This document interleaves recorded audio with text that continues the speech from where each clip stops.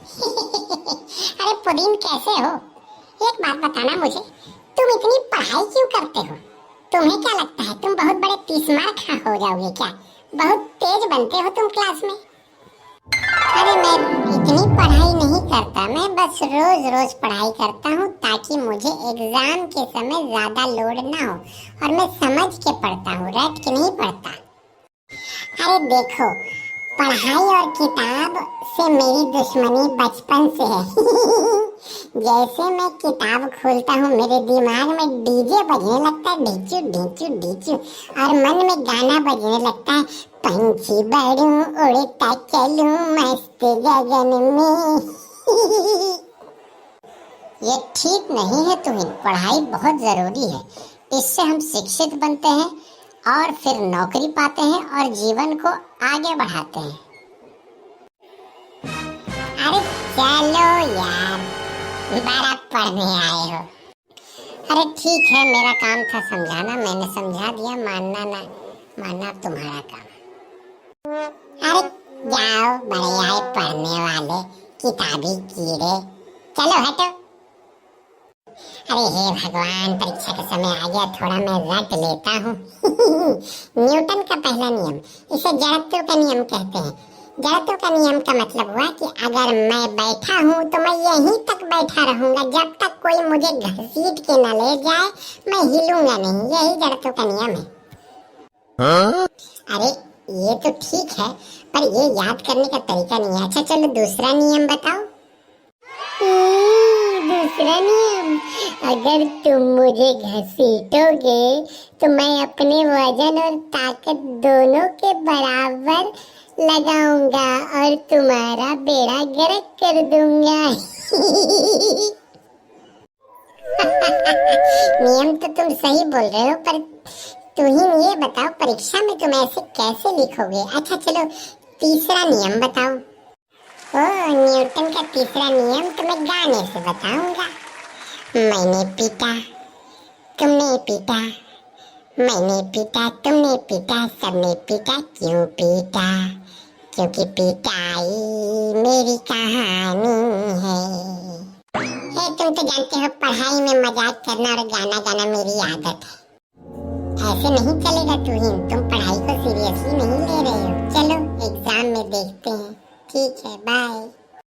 किताबें रटने के बावजूद परीक्षा के हॉल में तुहिन का दिमाग खाली, वो कुछ लिख नहीं पा रहा था। रटने की आदत की वजह से सवाल में जरा सा घुमाव हुआ और उसके दिमाग की बत्ती गुल। अरे तुहिन, क्लास के सारे बच्चे चले गए, तुम यहाँ बैठे हुए हो, पर बताओ तो सही, पेपर हुआ कैसा? क्या मेरा जीवन कोरा कागज कोरा ही रह गया,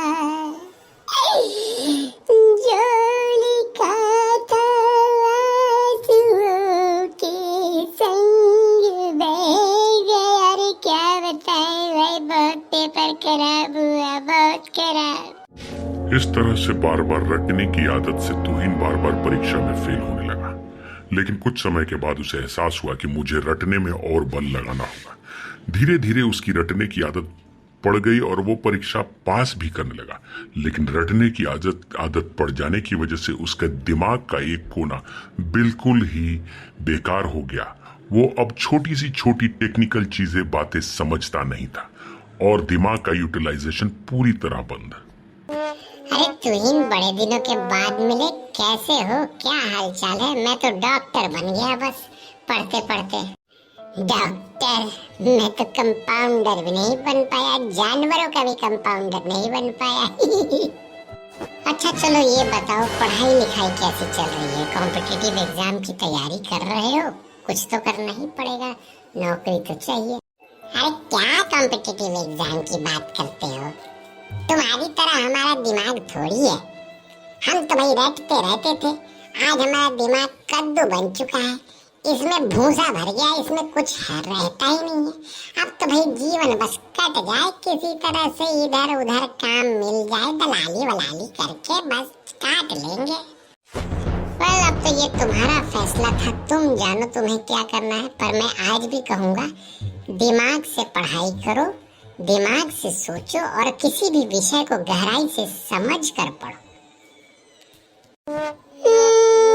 डॉक्टर बन गए हो, अब तो बोलोगे ही।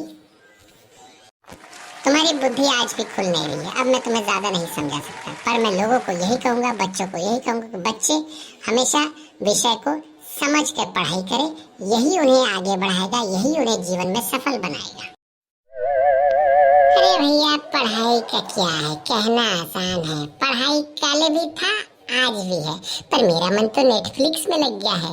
रात में मुझे नींद भी बहुत अच्छी आती है। अब तो मुझे नेटफ्लिक्स पे सिनेमा देखना है। जिंदगी भर रटा, समझा नहीं, अब तो मेरे हाथ में कुछ भी नहीं। बाय। प्यारे बच्चों, इस कहानी से हमें ये शिक्षा मिलती है कि हमें पढ़ाई कभी भी रट कर नहीं करनी चाहिए, समझ कर पढ़नी चाहिए। क्योंकि जो बात समझ कर पढ़ी जाती है वो लंबे समय तक याद रहती है, दिमाग को तेज बनाती है और हमें जीवन में सफल और आत्मनिर्भर भी बनाती है। तो ध्यान रखना बच्चों, पढ़ाई को समझ कर करना। धन्यवाद।